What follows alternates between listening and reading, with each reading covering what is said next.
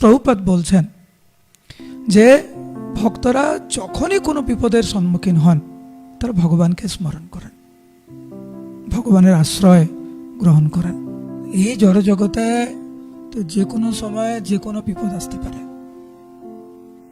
পদম পদম ইয়দ বিপদম ন তেষাম, প্রত্যেকটা পদক্ষেপ ভয়ঙ্কর বিপদ হতে পারে।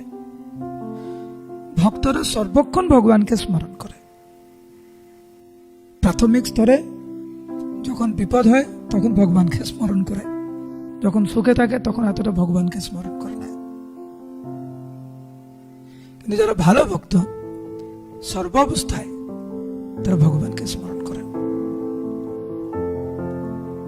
নন্দ মহারাজ সর্বক্ষণ কৃষ্ণকে স্মরণ করতেন, ভালোবেসে অনুকূল ভাবে। ব্রজবাসীদের অস্তিত্বের একমাত্র কারণ হচ্ছে কৃষ্ণকে সুরক্ষিত রাখা। এবং কৃষ্ণ যখন আবির্ভূত হলেন প্রত্যেকটি ব্রজবাসী তাদের মনের ভাব এইটিই ছিল যে আমাদের অস্তিত্বের কারণ হচ্ছে ভগবানকে খুশি করা, ভগবান মানে কৃষ্ণকে খুশি করা। মাঝে মাঝে ভাবি আমাদের জীবন যদি এরকম হতো কত আনন্দ হতো।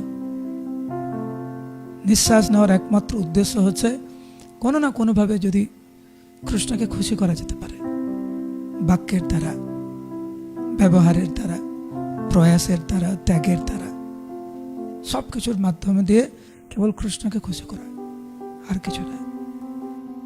ওই রকম যদি আমাদের জীবনযাপন হতো তাহলে আমাদের এই জড়জগতের পরিবেশ পরিস্থিতি আমাদেরকে প্রভাবিত করতে পারতো না।